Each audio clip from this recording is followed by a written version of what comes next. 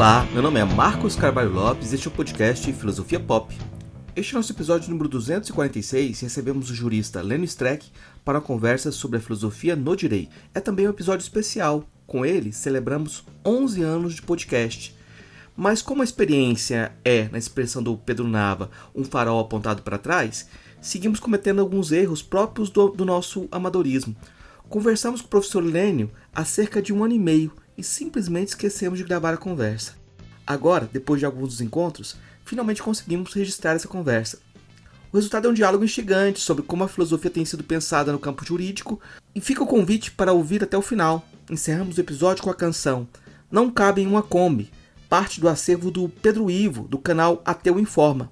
Mostrei a música ao professor Lênio Streck e ela funciona como uma crítica bem-humorada em chave streckiana à esquerda cultural. No sentido oposto, mostrando que a produção cultural e política segue viva, vale também registrar o trabalho de Murilo Ferraz, fundador do podcast Filosofia Pop, que mantém com Ana Lu Oliveira o canal Esquerda Goiana UAI, iniciativa que merece ser acompanhada. Murilo também lançou em novembro do ano passado o curta-metragem Você Não Vai Me Entender, que aborda as dificuldades vividas por um adolescente autista não diagnosticado. O Filosofia Pop é um podcast que pensa a filosofia como parte da cultura. A cada 15 dias, sempre às segundas-feiras, estamos aqui para continuar essa conversa com vocês.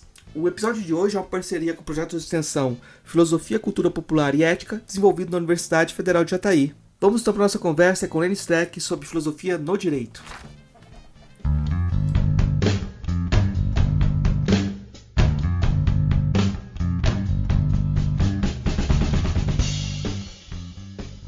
Hoje a gente recebe direto de Porto Alegre o professor Lênio Streck. Eu queria até pedir desculpa para o professor que a gente já teve uma primeira conversa e eu esqueci de gravar a primeira conversa. Então, agora na nossa segunda conversa, as pessoas não vão ter acesso à primeira conversa, mas foi muito interessante porque eu tenho uma leitura em comum com o professor Lênio.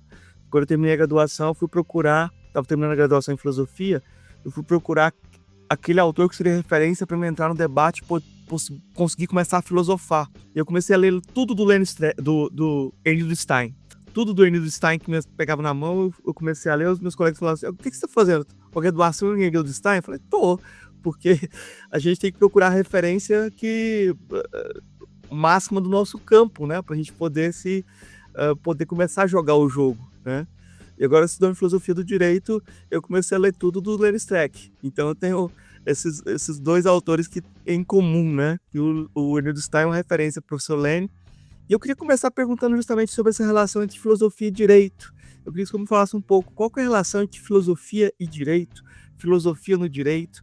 Eu, às vezes, levo questões para os meus alunos de como a filosofia aparece no direito, nos acórdãos, e é vexatório, assim, às vezes, quando aparece. Porque aparece como ornamento. Como ornamento. Um cachorro sem dentes, né? A filosofia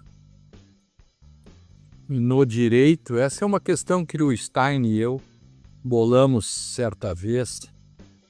Fizemos uma conferência juntos, há muitos anos atrás, em que nos perguntávamos: compreendemos para interpretar ou interpretamos para compreender? E aí, compreendemos para interpretar. Isso é filosofia no direito. Porque se fizéssemos o contrário, estaríamos usando a compreensão como uma espécie de vetor de racionalidade segundo nível. Então, a filosofia no direito, ela funciona como a filosofia no cotidiano. Nós somos assim porque somos Platão, Aristóteles, Descartes. E se a gente entrar numa máquina do tempo e matar Platão, é capaz de cairmos no paradoxo de que não haveria máquina do tempo sem Platão, portanto não haveria Ocidente, portanto não haveria democracia, não haveria nem regimes autoritários também. E então filosofia é um modo de ser no mundo, é bem heideggeriano isso. Então eu preciso compreender, quando eu estou estudando direito, eu preciso saber, por exemplo, uma coisa básica, né? Como se dão nome às coisas, porque nomos é nome. E a partir disso, como é que eu me coloco no mundo? Qual é o papel do jurista, né? Pensemos no Crátilo, no grande legislador, quem coloca as coisas no mundo, como se faz um mundo e como se dá um nome às coisas. Aliás, é interessante, né, que o Graciliano Ramos, no Vidas Secas, repete essa questão de como se dá um nome às coisas, né? Ou quem deu o nome disso, né? Quando os filhos do Fabiano, eles chegam na cidade e veem todas aquelas casas e eles nunca tinham visto aquilo.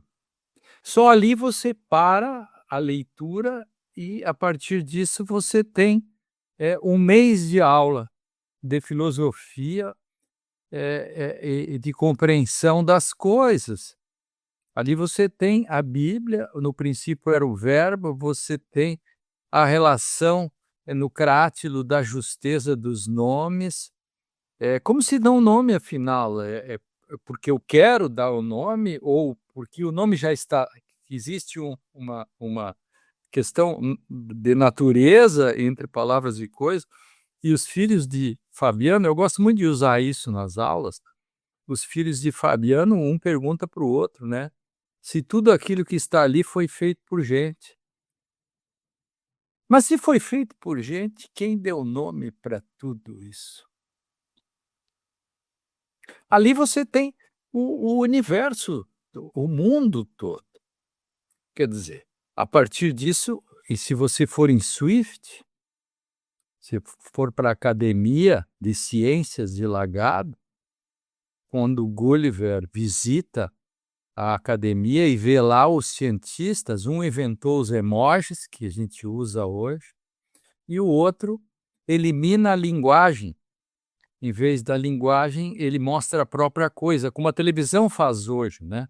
A televisão não faz a barra entre significante e significado. O repórter, para falar da enchente, ele mostra a enchente. Você já notou isso? Isso é uma coisa bem imbecil, assim, uma coisa sei lá o nome, platitude, tá? E então, isso está todo o tempo ligado na questão de palavras e coisas, como se dão nome às coisas, enfim, como nós compreendemos o mundo. Por isso que o Gadamer vai dizer, né, que ser que pode ser compreendido é linguagem. E Heidegger vai mostrar isso. Então, também. Então nós, quando a gente bolou isso, Stein e eu, pensamos que, a filosofia do direito corre o risco de ser uma filosofia ornamental. Ela não é condição de possibilidade. E filosofia é condição de possibilidade. Esse é o ponto. Pensemos, por exemplo, no século XIX, isso é uma questão que eu investiguei e está no meu novo livro agora, que estou terminando agora de escrever, que mostra que há um momento no século XIX que o positivismo, né, o positivismo então textualista dos fatos, né, só há fatos, que tem uma relação para mim muito próxima com o positivismo científico, embora isso seja contestável aí nos teóricos, mas ali se diz o seguinte, que a filosofia é metafísica. E se ela é metafísica, ela tem que ser afastada, porque o positivismo não queria nada com metafísica, então afasta a filosofia, se a filosofia é metafísica, fica só o direito. Ali está o ovo da serpente que fez com que depois se passasse a trabalhar como uma filosofia do direito, como uma espécie de trazer de volta, mas não se trouxe verdadeiramente de volta o suficiente, diríamos assim. Não trouxemos suficientemente ela de volta. E aí, então, a minha ideia foi dizer que nós precisamos de uma filosofia no direito, que quando das coisas mais simples às mais complexas, quando nós falamos, por exemplo, sobre valoração da prova. Há uma corrente muito conhecida que é racionalismo probatório, que ao mesmo tempo admite o livre convencimento dos juízes, mas a verdade é correspondencial. Mas essa é uma questão antitética filosoficamente. É impossível você colocar no mesmo patamar o subjetivismo em uma perspectiva descritivo e objetivista. Qual é o problema aí? De filosofia. Qual é o problema no direito penal? O que é o finalismo, etc. Um problema de filosofia. E assim nós poderíamos trabalhar todos os conceitos. O que é precedente? Você pode, quando o tribunal faz precedentes para o futuro, o que ele está fazendo? Ele está fazendo, de algum modo, um retorno à metafísica clássica, em que os sentidos já estavam dados, uma espécie de mito do dado construído agora, e assim por diante. Eu vou pedir essa explicação em mais detalhe, porque o senhor faz uma redescrição que faz a genealogia de um monte de problemas, mostrando como a gente confunde paradigmas, né.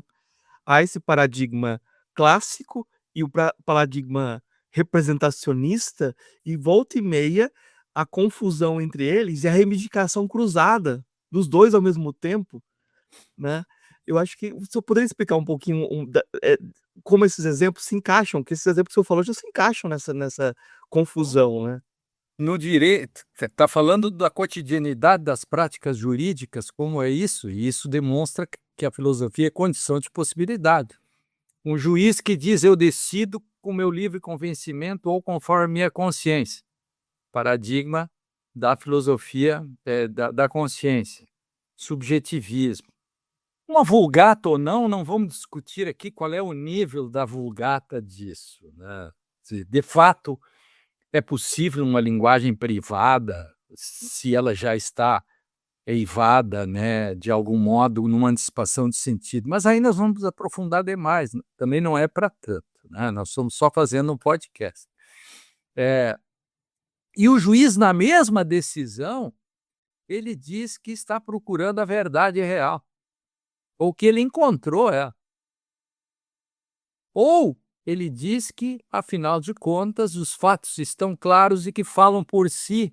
Ele acabou trazendo duas concepções que são absolutamente contraditórias numa mesma decisão. E isto, se nós levarmos mais adiante, nós teremos, por exemplo, na discussão sobre o precedentalismo brasileiro. Quando os precedentalistas dizem que o direito é indeterminado, eles estão assumindo uma postura cético-relativista.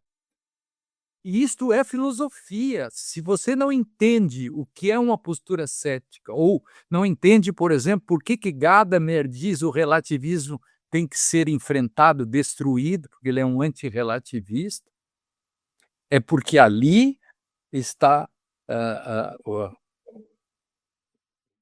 uma filosofia robusta, pela qual você pode destrinchar, é um criptograma do cotidiano.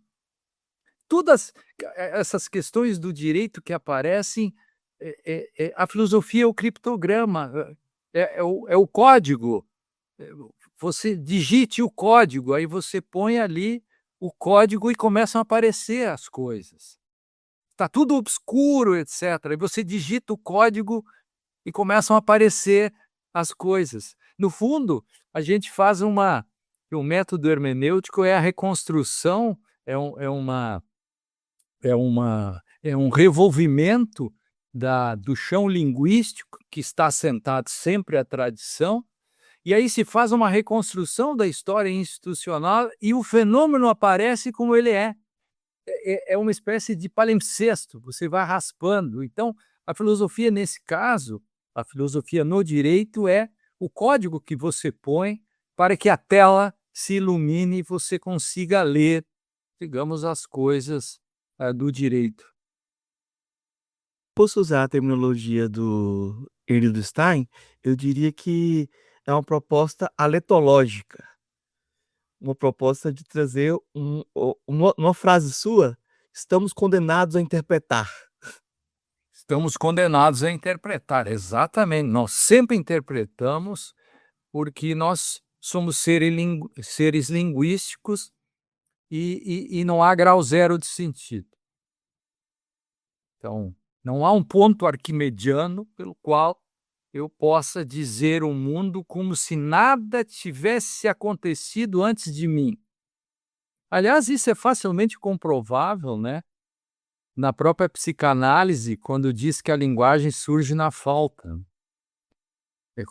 Quando eu nasço, eu caio no mundo, esse mundo já existe. Toda linguagem já existe. Qual é? O meu compromisso é tentar me encaixar nisso que está tudo aí. Isso é uma briga bárbara, né, uma luta enorme. Como é que eu preciso abrir caminho no meio das palavras, né? Eh, eu a primeira vez que eu encaro a plurivocidade sígnica é quando eu vou na praça com minha mãe e alguém grita: "Mamãe!" E e e eu seguro a mãe, aí eu descubro que existem outras mamães. E, portanto, a mãe não é uma só, não há uma ontologia de mãe, não há uma essência de mãe, existem muitas mães e que as palavras significam muitas coisas, né. Essa é a gente cai no mundo, né, o mundo se desencanta, aí a gente cai num mundo que se desencanta, né, a gente sai, é como Adão e Eva que saem do paraíso, são expulsos, a modernidade que faz a mesma coisa, desencanta o mundo e depois, hoje, aí a frase é minha, se o Weber disse que estão desencantando que foi desencantado o mundo, eu estou dizendo que hoje, com a algocracia e tudo isso que nós vivemos, nós estamos buscando fortemente o reencantamento do mundo. Nós queremos reencantar, nós queremos voltar à tranquilidade de um mundo sem angústias. Qualidade de uma redenção e de um mundo reificado, né, que você possa manipular de uma forma. Totalmente reeducado. Exatamente. E a linguagem coagulada, eu acho que nessa palavra aletológico, tem a palavra aletheia, como a verdade como desvelamento. Sim. Se a pessoa não entende essa palavra, ela não entende também o que você está falando como proposta de interpretação contínua O também, que né.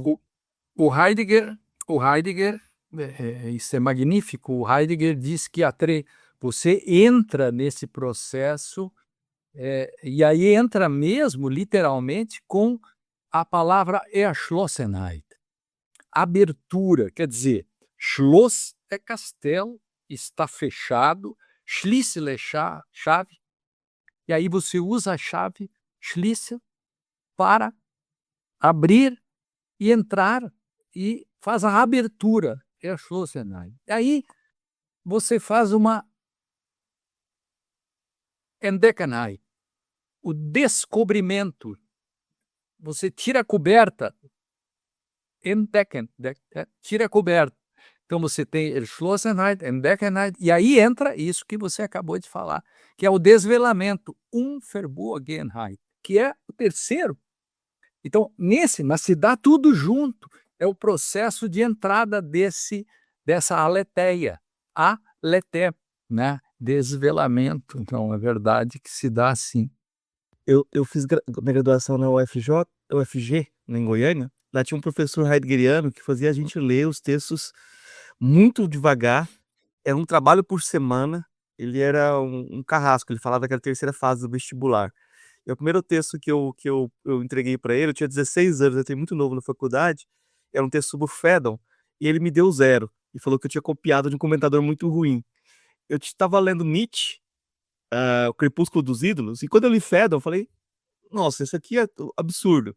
E fez meus comentários e Ele me deu 0, ele falou que era um computador muito ruim, eu fui lá e reclamei: "O computador sou eu". Ele: "Ah, então é 3 pra você, porque você tem opinião, mas você não entendeu o texto ainda". Hum. Então é uma coisa muito curiosa, assim, que a gente tem um tempo de entender o texto, entrar no texto, para poder criticar, e às vezes a gente não tem essa compreensão de que há uma necessidade de você dar um passo atrás, né.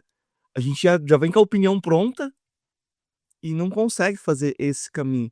Mas, professor, eu dou esse exemplo que eu acho que é meio paradigmático, assim, às vezes a gente está com a ideia pronta e não consegue aprender. Mas, nesse debate entra para mim, de modo muito forte, a questão do lugar da literatura e do direito, a relação entre os 2.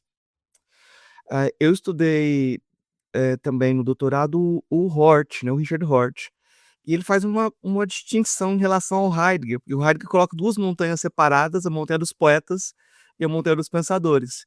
De certa forma, o mundo do Hort é achatado. Poetas e pensadores acabam, Claro. hã É, a linguagem é a casa do ser, nessa casa mora o homem, os poetas e os pensadores são os vigilantes dessa morada. Em Roth, essa questão se dá, digamos, de um modo relativista, né. Então, essa é uma questão, na minha leitura, né, eu tenho uma briga com os pós-modernistas, assim, eh, como o Vátimo, esse pessoal que acaba, no direito, sendo muito ruim para o direito, porque eles confundem as pessoas que leem, e esses Rorty e companhia, eles confundem a gente. Então, um gadameriano, enfim, eu que tenho a crítica hermenêutica do direito, que é uma teoria própria que eu construí, às vezes eu sou confundido com um pós-modernista de que eu descolo palavras e coisas, que eu posso dizer qualquer coisa sobre qualquer coisa, acusado de relativismo, mas é porque esse pessoal fez uma leitura, assim, muito diferente dessa relação palavras e coisas e desta relação do giro linguístico, que é um giro linguístico que não foi um giro, foi um tombo linguístico, algo desse tipo. Mas é só um registro, né, para falar, porque a literatura e o direito nunca poderia se estudar o direito sem a literatura, porque literatura é filosofia, filosofia é literatura, enfim. Eu gosto muito de usar, eu explico a autonomia do direito, começando com a literatura, né, eu uso a primeira manifestação da autonomia do direito se dá na Oresteia, né, nas Eumênidas. Ali se discutem 5 questões de direito, né, do processo até a interpretação, enfim. E aí tem a segunda manifestação da autonomia do direito, ela se dá com o Hobbes, mas Hobbes porque era um nominalista, então você tem lá, o Ockham, enfim, porque o nominalismo foi o primeiro modo de enfrentamento ao essencialismo. E Hobbes, para mim, só consegue fazer esse contrato social, que é uma imputação, ele nomina, ele imputa, as coisas não estão dadas, é o homem que pode fazê-lo, porque ele é um nominalista de algum modo. E aí a terceira manifestação é o novo sujeito histórico, que é a Revolução Francesa, e aí eu discuto lá alguns autores de literatura também, e depois o segundo pós-guerra e a questão do constitucionalismo. Aí vem a Ulisses, a volta para Ítaca, aí vem toda de novo o Gulliver aparece de novo. Então eu tenho um modo de fazer uma uma explicação do direito, por exemplo, o textualismo, o positivismo e o voluntarismo, eu discuto com o Shakespeare, que, aliás, está sempre aqui atrás olhando para nós. É possível. Então, eu faço isso de vários modos. O aluno pode escolher se quer fazer pelo Cervantes, ou quer fazer pelo Shakespeare, eu gosto muito do Gulliver. Talvez um dos meus autores preferidos seja o Gulliver, né? E o Shakespeare, assim, mas tem muita coisa que o direito, as distopias estão todas lá. As coisas que o direito não consegue resolver, ou que o direito resolve mal, a filosofia, a literatura já avisava, isso vai ser um problema, né? Veja no Gulliver, dentre tantas coisas interessantes, esses dias eu vou publicar um texto daqui um tempo sobre a famosa questão do Gulliver, quando ele sugere que se faça uma regulamentação de como se quebra os ovos, lá no início. Então, eu tenho a resposta para isso, é muito longo, agora não vou fazer aqui. Mas eu queria falar do Gulliver outra coisa, é que o Ministério Público da época mostra o que é o Ministério Público de hoje. Quer ver? Os alunos gostam muito disso. O castelo da rainha lá, estava só a rainha e o castelo pegou fogo.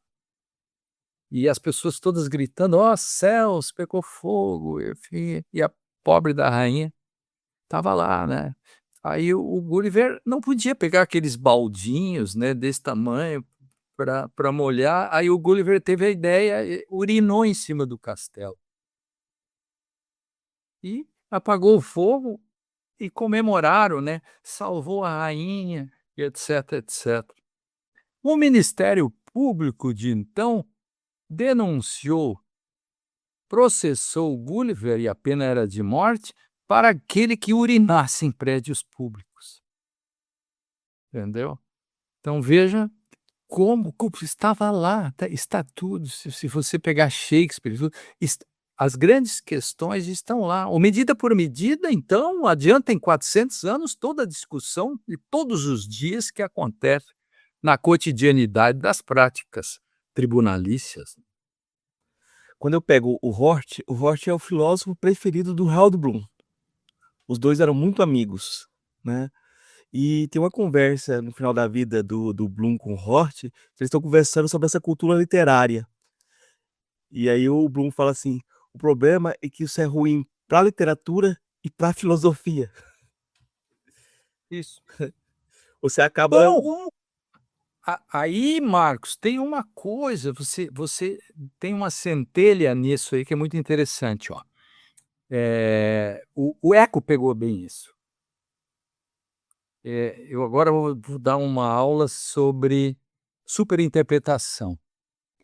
Então, o Eco pegou essa questão, porque o Eco, disse: "Olha, são três modos de fazer a interpretação". Isso ele deu lá em 92, quando ele deu os cursos de outono, em Harvard, eu acho.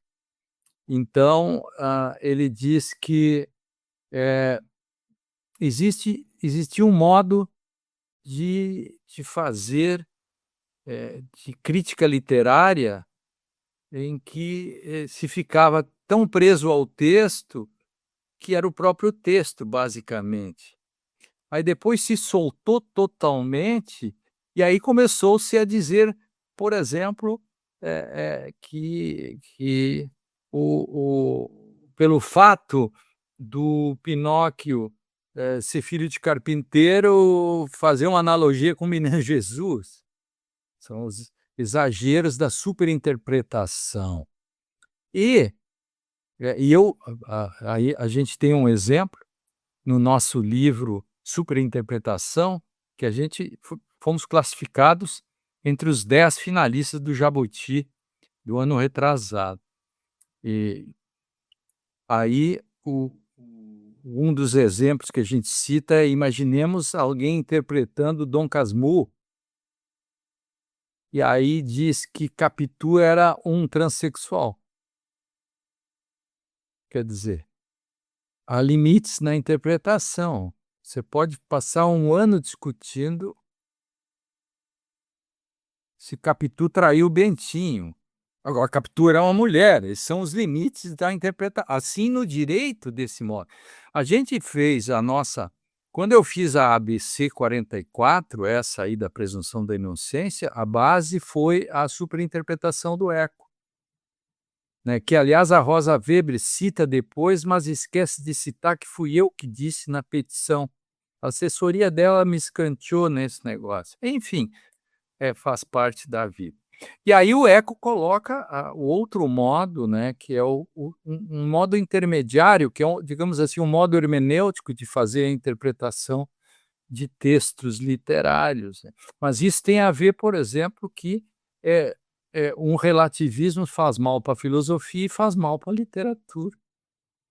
E o Eco saca isso muito. Aliás, um gancho, um livro que eu adoro, e escrevi um texto agora no Conjur, o texto chama "Um Nariz Quebrado é um Fato", e ali eu trago a discussão que o Eco faz sobre, aos ombros de um gigante, sobre o relativismo. Né? Então, se você acha que uma porta desenhada é uma porta, experimente. Você quebra o seu nariz. Nariz é um fato? Bom, enfim. Eu gosto muito do Eco, quero dizer para vocês que eu fui privilegiado, porque eu sou do tempo, quando eu fiz mestrado, uma disciplina que eu fiz foi sobre Humberto Eco, e passamos um semestre todo lendo e estudando O Nome da Rosa e outros livros, mas principalmente O Nome da Rosa. E aí dentro do Nome da Rosa tem tudo. Né? Quando o Atso de Melk... Aliás, eu estive agora na Abadia de Melk. Eu fui na Áustria, em Melk, só para saber que era a Abadia de Melk, porque o Atso era de Melk. Então ele começa ali dizendo... Eu fui lá, eu e o Rosane fomos, andamos na pequena cidade de Melk. A Abadia é maior que a cidade, quase. E efetivamente é uma coisa fantástica. E aí tem uma passagem, não sei se lembra, Marcos, que é o Atso pergunta: "Mestre, vejo o cavalo, mas não vejo a cavalidade." Aí ele responde: "É porque ainda não tens os olhos para ver a cavalidade." Genial. Eu acho que é bem paradigmático, porque ali o Borges, não, o Jorge assassino, né? É o Jorge Luiz Borges. Total, claro. É uma homenagem explícita, né? Assim, o Eco diz, né? Sim. Que o Borges era o cara dos labirintos e dos segredos, e a grande biblioteca vai ser o segredo, quem guarda esse segredo. Aliás, a minha primeira resenha que eu escrevi em 1984 foi sobre O Nome da Rosa, porque o que a gente fez? A gente pesquisou, leu o livro e tal, 10 vezes, e aí começamos a falar. E aí eu montei O Nome da Rosa e o Segredo, O Nome da Rosa e Ideologia, O Nome da Rosa e Abadia, O Nome da Rosa e o Labirinto. Então, para cada item se discutia, né, como é que o Eco trabalhava isso. Né? Tem tanta coisa, né? Toda a discussão da modernidade está ali. O Guilherme de Ockham, que representa Ludovico II, que, por sua vez, representa as ideias de 300 anos antes do Hobbes, mas que estão em Marcílio de Pádua, em Dante Alighieri, né? Quer dizer, aqueles anos 1200 para cá. Isso está tudo, de algum modo, no Nome da Rosa. Você pode até colocar assim, que de um lado tá Pierce, de outro lado tá William James. Você pode colocar essa esse jogo também, né, Sim, como sim. porque aí tem um problema, que é o problema da superinterpretação, que é justamente o que o Eco faz quando ele pega a noção de fascismo e deriva de um modo de interpretar para toda a história. Aí você pode falar que o feitiço se volta contra o feiticeiro, de alguma forma, sabe? Porque quando você vê a teoria do fascismo eterno, vira uma coisa histórica, né? Mas, assim, o ponto que eu acho um ponto que eu acho que você vai achar interessante é que depois do debate com há uma coisa, uma pegadinha do debate do Eco com o Hort, tá no livro Interpretação e Superinterpretação, que o Eco não levou os textos previamente para o pessoal debater. Aí o pessoal teve que improvisar. Aí as falas ficaram muito menos densas do que costumavam ser, né. Aí o Hort começou a improvisar falando que a gente interpreta de acordo com o uso que a gente está fazendo. Por exemplo, a chave de fenda. Você pode abrir para abrir um saco com a chave de fenda. Você pode coçar o ouvido. Aí na prova impressa ele tirou esse coçar o ouvido. Mas aí o Eco vai e recupera o coçar o ouvido, né. Mas aí tem um elemento aí de improviso, mas, eu acho interessante que depois do debate, o Hort cria o conceito de over-philosophication, a sobrefilosoficação, que é complementar e interessante, porque você pega uma filosofia e você usa a Isso, filosofia para qualquer coisa, né. E isso. ele começa a falar que para fazer literatura, ele tem um texto sobre literatura, que o pessoal não precisa mais saber literatura, precisa saber de pixels. Você não lê mais o texto deixa de ser importante, né. Claro. Mas Até hoje. acaba é, É. Não, e a overfilosofia, se vê, por exemplo, a autoajuda, etcétera, fagocitou a filosofia. Um almoço com Platão, não sei o quê, blá blá, esse monte de coisas. Eh eh a religião também passou por isso de algum modo, porque o café com Deus, café com Jesus Cristo, com o demônio, não sei o quê, essas bobagens todas que estão aí no cotidiano e que se proliferam nesta praga contemporânea, que são as redes sociais, né. Quer dizer, as redes sociais, elas de fato, aí voltando a Eco, né, o Humberto Eco acertou na mosca, né, que, eu escrevi agora um texto chamado "Do Homo sapiens ao Homo ridiculus", que é esse salto, né, que se dá do sapiens para o ridículos, em que as pessoas perderam totalmente a vergonha. As pessoas têm o orgulho de serem idiotas e perderam toda a vergonha e, portanto, saem por aí fazendo aquelas musiquinhas. Será que eu sou advogado? Será que eu sou defensor? Você viu essa coisa já? Mas isso é uma coisa tétrica, patética. Não é possível que as pessoas não tenham uma espécie assim de amor próprio ou não tenham amigos, né? Porque amigo é aquele que diz para o amigo que está com feijão no dente, né? Esse é o amigo. O que não é amigo deixa o cara com feijão com o dente pagar mico. Então, eu acho que essas pessoas que fazem essas coisas trends na internet não têm amigos, porque os amigos diriam: "Não faz isso, cara, pô, você é um médico, você é um advogado, você é um pai de família, você não saia por aí fazendo dancinhas", né. Mas isso é só o sintoma, né, do Zeitgeist aí, do espírito do tempo. Isso não é o Isso é só a ponta do iceberg, não é pensar que o mundo está resumido a isso, né, não é uma fetichização da imbecilidade, mas é apenas a ponta do iceberg. a gente possa voltar no Humberto Eco, inclusive com o Pedro de Foucault, porque o Pedro de Foucault continua com esse problema da interpretação e mostra o Brasil como personagem central dessa história, né. Quando o pessoal cria lá as fantasias sobre, o Santo Graal e os templários na Itália, mas não acreditam nelas. Aí o personagem principal se apaixona por uma brasileira, vem para o Brasil, depois de uma temporada no Brasil, ele perde a capacidade de separar o que é realidade do que é ficção.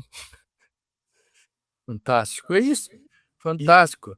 E no Pêndulo de Foucault também tem ali que as pesquisas as pesquisas dos jornalões mostrando Você pode provar tudo com as pesquisas deles, né? Mais ou menos como o Eco faz aquele negócio, se mede a distância da igreja, não sei para que, isso dá o número 33,5. Pode chegar. É um pouco daquilo que é aquele cidadão que escreveu um livro que chama Como Mentir com Estatísticas, que é, que é um pouco que está no pêndulo de Foucault ali, né? E que também é as estatísticas, né? No direito está cheio disso. Agora saiu na Folha de São Paulo, 60 e tal por cento, não sei quanto, diz que nós temos maus juízes. O que que é um mau juiz? O que que é um bom juiz? Quer dizer, comer o alto consumo de sorvete aumenta o ataque dos tubarões, que é um dos temas do livro, Como Mentir com Estatísticas, que ele mostra lá os absurdos que se pode provar com estatísticas, né? Voltando ao ponto mais denso, talvez teórico, eu acho que tem uma tensão aí criativa que pode ser interessante pensar ela, porque o Hort tem, o Harold Bloom do lado dele, quando ele tem uma teoria sobre a poética da invenção, da criação. Ele está voltado para essa dinâmica da criação, eu vou colocar o Harold Bloom atrás dele. Só que só faz sentido entender o Hort aí, se você se colocar que para o Hort você socializa primeiro, para depois individualizar. Talvez o problema todo seja aí. Você tem que socializar primeiro em determinada ciência, para depois ter voz individual. E essa divisão é um pouco problemática até para os educadores. Mas ele pressupunha isso, que a socialização vem antes da individualização. Então, você, por exemplo, quer escrever, tem que aprender literatura primeiro. E aí você vai brigar com os grandes, como o Harold Bloom fala. Você vai brigar, internalizar e vai aí criar, né? E aí é uma socialização muito densa, é o Heidegger falando, você tem que aprender a história da filosofia, você tem que jogar com essa história, né, para ter esse horizonte de criação, né. E o Eco enfatizando a ideia de limites, porque se a gente não enfatiza limites, como é que a gente vai educar? Como é que a gente vai socializar? O Horst tá falando que tem que socializar, a socialização implica falar que tá errado, Claro, claro. claro, E, né. e isso é bom não só, é bom para compreender a própria noção de direito, né? O que é isto o direito, e também a interpretação do direito, enfim. E também a interpretação do cotidiano, tá? A interpretação dos textos literários, né? Ah, porque, assim como preciso de limites, que é a ideia do superego, né? Eu eu eu eu eu preciso de uma instância judiciária para que o meu id não extrapole, né, eh então a literatura acaba, ser, eh interpretada sem limites ou sem aquilo que, se fizer totalmente uma overinterpretação, você já não tem mais o texto, porque vem toda uma questão, de dos os limites da interpretação, e isso no direito é muito forte, porque uma interpretação, uma superinterpretação no direito gera uma outra interpretação que já não é mais aquilo que era o texto. Mas então qual é o sentido do Amphiktambki? Vamos voltar à literatura, porque a crítica que o Carroll faz aos sofistas, né, é de que, eu dou às palavras o sentido que eu quero, uma crítica fortíssima feita já naquela época, é algo muito forte que está, digamos, no processo de imputação das decisões do direito no Brasil, que é feito pelos tribunais, quer dizer, Aí vem uma questão lógica: se o direito é aquilo que os tribunais dizem que é, ele não é um direito, ele é o direito que os tribunais dizem que é. Se você quiser discutir o que é o direito e alguém lhe diz que o direito é o que os tribunais dizem que é, você já não tem mais o direito. Então, o que é isto, o direito? Você vai ter essa questão. E se o tribunal chega a uma interpretação que é ao contrário daquilo que dizia o direito, significa que aquilo que é o. Você tem que, antes disso, limitar e impedir para que os tribunais não tenham esse poder. Portanto, limitar os próprios tribunais para que eles não construam, digamos, não digam que o Pinóquio é filho de Jesus Cristo, filho de José e Maria, né? Um textinho que eu vi esses dias e que eu achei muito instigante, eu quase mandei para você, porque eu falei: esse aqui o professor Lênin vai gostar, porque complementa muitas das coisas que a gente acaba investigando. É um texto de defesa da hierarquia. Um texto de defesa da hierarquia feito pelo Appiah e por uma série de pensadores que estudam várias culturas, culturas diversas. Eles falando que nossa sociedade ocidental foi construída e pensando a partir da igualdade, da liberdade, isso criou direitos humanos, muita coisa importante, mas a gente abriu mão da ideia de hierarquia, que é importante em diversas culturas. Por que a hierarquia é importante? Porque se tem a deferência, se tem a possibilidade da educação do mestre, da corresponsabilidade, da criação coletiva do conhecimento, hã, e aí eles vão mostrando um monte de coisas que a gente perde quando a gente não leva em conta a noção de hierarquia. Só um momento, professor, desculpa. Porque é como se a gente tentasse criar um atalho para a própria tarefa de aprender as coisas. Quando você aprende a coisa no resumo, nas setinhas, quando você não tem o processo, né. Quando alguém promete assim: "Não, com a IA agora você vai pular as partes chatas". Essa esses atalhos cognitivos, né, nós vivemos exatamente o brain rot é produto dos atalhos cognitivos, e é um problema, profundamente filosófico, psicanalítico, mas que é a tentativa de uma espécie de, desangústia. A angústia, a modernidade nasce com angústia, mas as pessoas não sabem que tem angústia. A angústia começa a ser tematizada a partir de Kierkegaard, pela linguagem, etc. E aí, quando nós, deveríamos tematizar exatamente isso, e aí a gente pode chamar isso de intersubjetividade, giro linguístico, enfim, quando nós tínhamos que tirar o máximo proveito disso, a gente pula para fora, dá um salto e, corta caminho e cria uma espécie de, psicotrópico epistêmico, assim.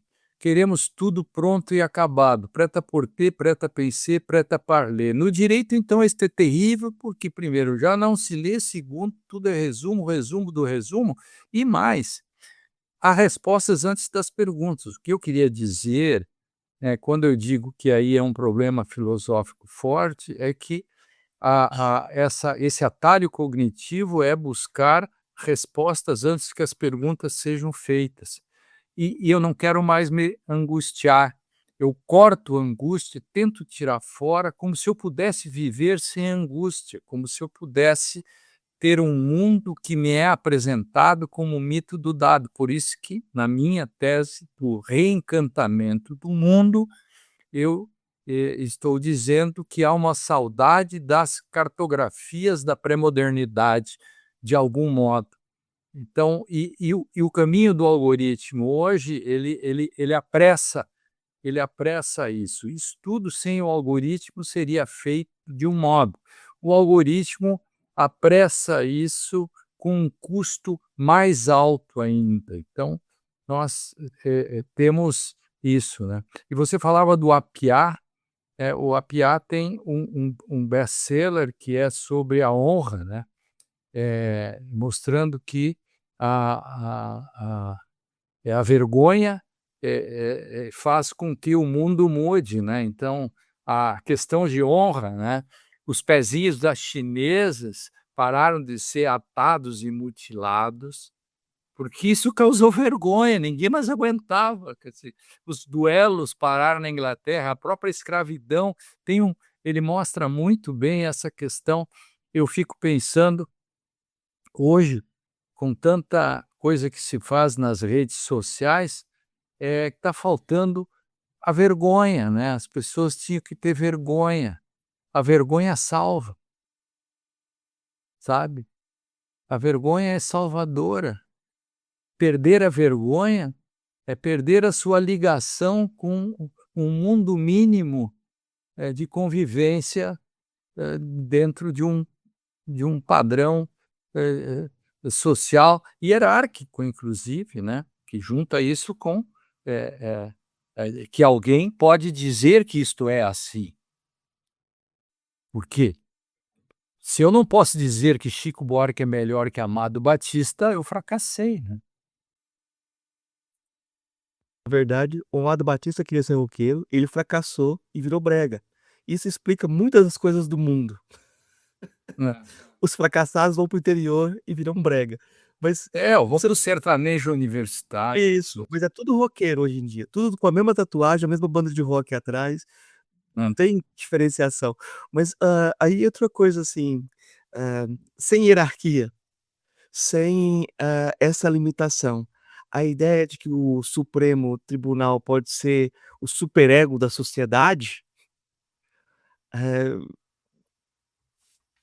vira esse problema, né, já que não tem hierarquia de interpretação, todo mundo começa.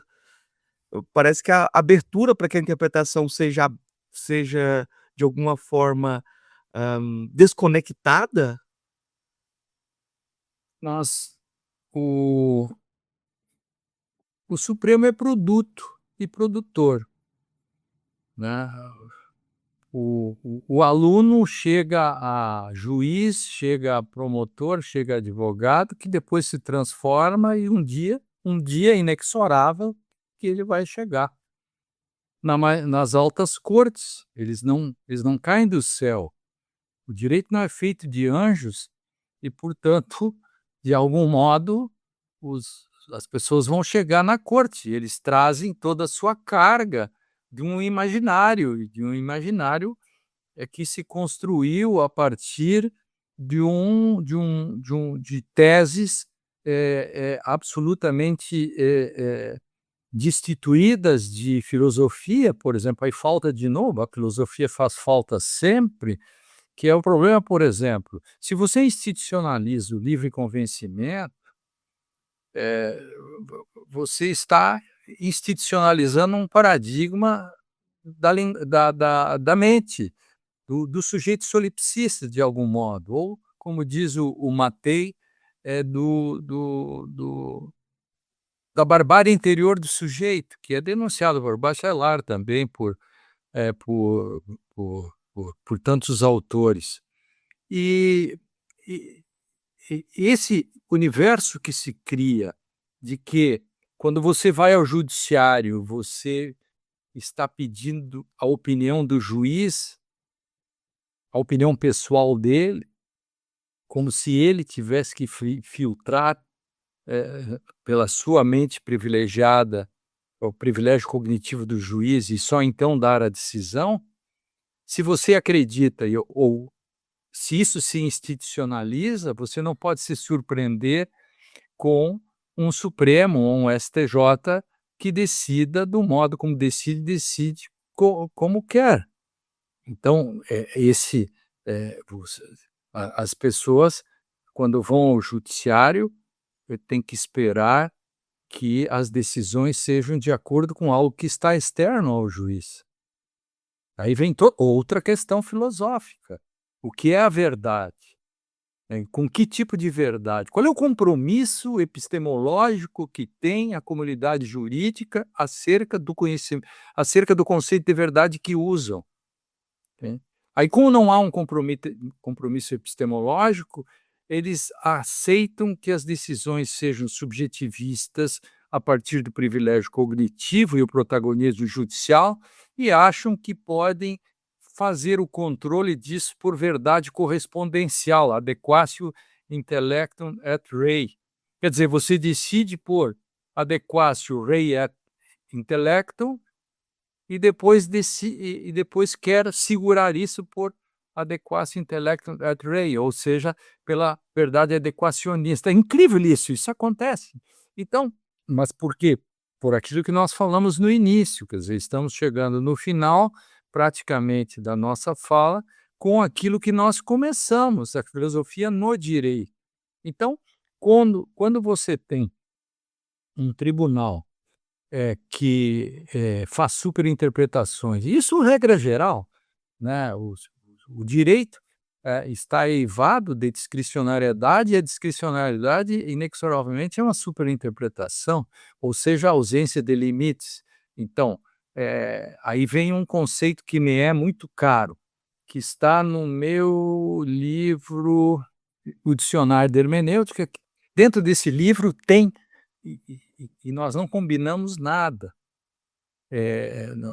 Nós fizemos uma conversa aqui para quem está nos assistindo, não tem roteiro, não tem absolutamente nada. Nós começamos e não sabemos ou não sabíamos como nós terminaríamos. Isso é quase como uma CPI, isso aqui. A gente não sabe como termina, né? Mas tem tudo isso, se eu tivesse feito um roteiro, eu teria posto para o final o conceito de constrangimento epistemológico. Quer dizer, por que não há limites? Então, vamos lá. O Bernd Ritters, que é um autor super premiado da Alemanha, morreu há pouco tempo, ele escreveu um livro chamado Uma Interpretação Sem Limites, ou Uma Interpretação Ilimitada, ou Uma Interpretação Não Constrangida. Vamos lá, pode ser como você quer. Por quê? Porque como não tem tradução em nenhuma língua, então tem que pensar qual é a melhor. Então, die unbegrenzte Auslegung. Uma interpretação sem limites, uma interpretação ilimitada, talvez. Então, por que ele escreve esse livro? Ele escreve esse livro para mostrar isto que você disse, que nós dissemos aqui, que está em Umberto Eco e qualquer coisa desse tipo. É a falta de limites e constrangimento, por exemplo, que ele fala do nazismo, que vai crescendo e faltou limitações na interpretação, sem fronteiras na interpretação. Então, digamos assim, simplificando-se, a doutrina não doutrinou. Pronto. Certo? E eu, de algum modo, o meu conceito trata disso, mas de outra maneira, eu chamo isso de constrangimento epistemológico. De algum modo, eu quero dizer que a doutrina tem que fazer esse papel sob pena de nos tornarmos inúteis, porque também, se alguém me pergunta assim, por que você está defendendo o constrangimento epistemológico? Eu digo, olha, ou faço isso ou sou um inútil. Eu estou, no mínimo, fazendo por uma questão egoísta, de sobrevivência da espécie. Entende? A espécie jurídica, a espécie do jurista, a espécie de quem escreve, ela está em extinção com a inteligência artificial, ninguém mais lê livros, os tribunais decidem como querem, mas como é que a espécie, é darwiniano, a espécie ela precisa sobreviver, como é que ela sobrevive? Por exemplo, o constrangimento epistemológico é um modo de assegurar que essa espécie dos doutrinadores e professores, né, que está em extinção, de algum modo, tem alguma serventia, isto é, a doutrina tem que doutrinar. E esse é um modo, porque assim como você, Marcos, e eu somos constrangidos no nosso cotidiano, você não chega para o açougueiro e enxerga lá uma maminha que custa metade da picanha, você enxerga uma picanha, aliás, que custa o dobro da maminha, aponta para ela e diz: "Me dá essa maminha". Por que você não faz isso? Porque você seria engolido pelo constrangimento que o imaginário dos açougueiros cairia de pau sobre você, e porque você nem se arrisca a fazer, porque já você sofre esse constrangimento. Se ele funciona no nosso cotidiano, por que não funciona no direito? Bom, isto é assunto para um outro podcast, né, para explicar por que não funciona no direito. Tem 3 perguntas rápidas que eu faço para todos os convidados. Dá para fazer? Pode. A primeira é: o que é filosofia? Existência. Das filósofas ou filósofos que o senhor conheceu pessoalmente, qual foi o que mais me impressionou? É o que mais me impressiona, que é o Ernildo Stein, que foi aluno do Heidegger, enfim, que é eh, o cara que conhece tudo, que para mim é o maior filósofo do Brasil, da América Latina, que domina, que foi tradutor traduziu muitos livros do Gadamer e Heidegger. Tem documentos, assim, Heidegger agradecendo a ele, porque ele estudou lá, então, é sem dúvida, Ernildo Stein. Qual o seu filósofo ou filósofo favorito? Assim, para não parecer, eh eh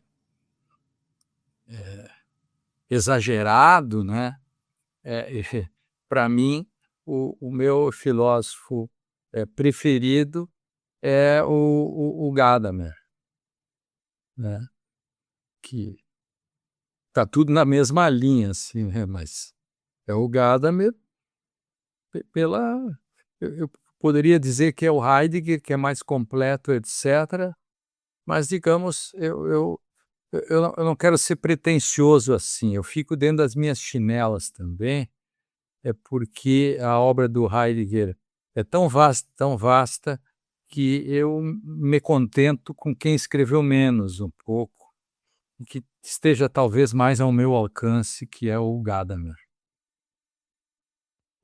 Eu sempre fecho dando indicações para os ouvintes, pedindo indicações também de textos, livros, o que o senhor quiser indicar, mas as minhas indicações eu vou antecipar.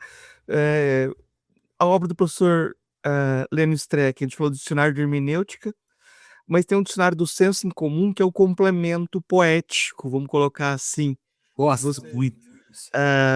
no dicionário do senso em comum, ele está brincando com Humberto Eco também. Humberto Eco tem essa dimensão do jogo semiótico e de brincar com esses limites, então, é uma indicação. Tem, um outro texto que eu acho que o livro Por Dentro da Lei, Direito, Narrativa e Ficção, tem um texto do professor Ernildo Stein que sintetiza muita coisa do que ele fala. Se eu fosse falar assim: "Vão atrás de um texto", o texto dele nesse livro, é uma referência. E agora eu vou indicar também o livro Aproximações sobre Hermenêutica, do Ernildo Stein. Muito. Se você quiser se aproximar de não sei nada sobre hermenêutica, se aproxime com esse livro, e aí você quer se aprofundar, a anamnese, a filosofia e o retorno do reprimido, e por fim, Pensar é Errar, um ajuste com Heidegger. Porque eu acho que esse livro, Pensar é Errar, precisa ser mais lido. A gente está precisando errar com mais propriedade, no sentido de com radicalidade, né, porque o professor Einstein trabalhou a vida inteira com Heidegger. No final da vida, no final dos últimos textos, ele vai falar: "Ó, tem um problema aqui, eu reconheço esse problema", né. Isso é muito sério, é muito sério, né. Diferença metafísica também do Stein. E tem um livro meu que eu gosto muito, que é agora um recente, Ensino Jurídico em Crise, também ele tem todos esses caminhos dos paradigmas que a gente falou aqui. ensaio ensaio contra a simplificação. tem um agora recentíssimo que é Robô Não Desce Escada e Trapezista Não Voa, pela Esse Contra tem um Corrente. digital, eu tenho digital, porque falou de IA, eu falei: "Vou comprar digital". Isso. Mas Os Limites dos Aprendizes de Feiticeiro, está cheio de literatura isso aqui, porque não, imagina e a série do Dente de Viraízo, né, a série de literatura literatura. é, E tem um outro livrinho que eu não estou achando aqui, que eu gosto, que é pequenininho, que é O que é Fazer a Coisa Certa no Direito, que é meu também, que é pela Dialética. Então, são muitos livros, né? Mas fora disso, eu li esses dias um livro chamado, 2 livros do Milan Kundera, A Festa da Insignificância e o outro chamado A Brincadeira, o jogo, a piada. Então, deixo aqui também essas 2 indicações. Não estou com eles aqui, mas aqui em roda, mas é isso. Eu indicaria esses 2 livros, ou então o Pato Selvagem do Ibsen também, mas enfim, tem tudo. Tá bom? eu vou tem uma indicação que eu quero fazer que eu acho importante, que quando eu comecei a fazer podcast, você sempre pergunta: "É possível fazer filosofia em diálogo?". Aí você tem um livro chamado Racionalidade e Existência, uma introdução à filosofia do professor Neil Stein, que tem o diálogo como seu ponto central. Isso é uma coisa totalmente inusual no Brasil, você fazer isso. Você se colocar para dialogar com os alunos e responder questões de alunos. E aí você pode se aproximar, continuar o diálogo de hoje com o livro Hermenêutica, Jurisdição e Decisão, do professor Lenny Streck, que são diálogos em que ele fala sobre a obra dele. Os 2 livros estão parentes, assim, né, Isso. uma condição de possibilidade do outro, vamos colocar assim. Perfeito. A terceira edição são 169 perguntas. Os alunos perguntaram tudo que você imagina e eu fui respondendo. Deu um livrão assim, eu gosto muito desse livro. Agora ele saiu com capa dura, inclusive, está mais fino, está mais bonitinho.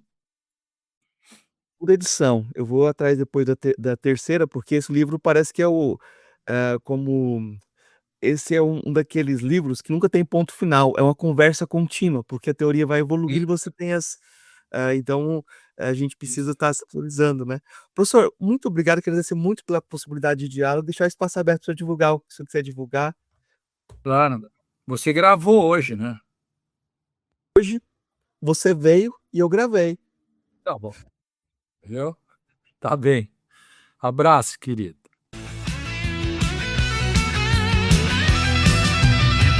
Bem jovens e na universidade, achando que fazem política de verdade. Lá vão eles no TCE, os bravistas dando tiro no próprio pé. Não, não, não, não, não enchem nenhuma Kombi, não. Não, não, não, não, não enchem nenhuma Kombi, não. Não enche, não. Eles acham que sabem o que é melhor pro povo, mas mal sabem fritar o ovo. Gostam de brigar por bistagem. Esses moleque são uma viagem.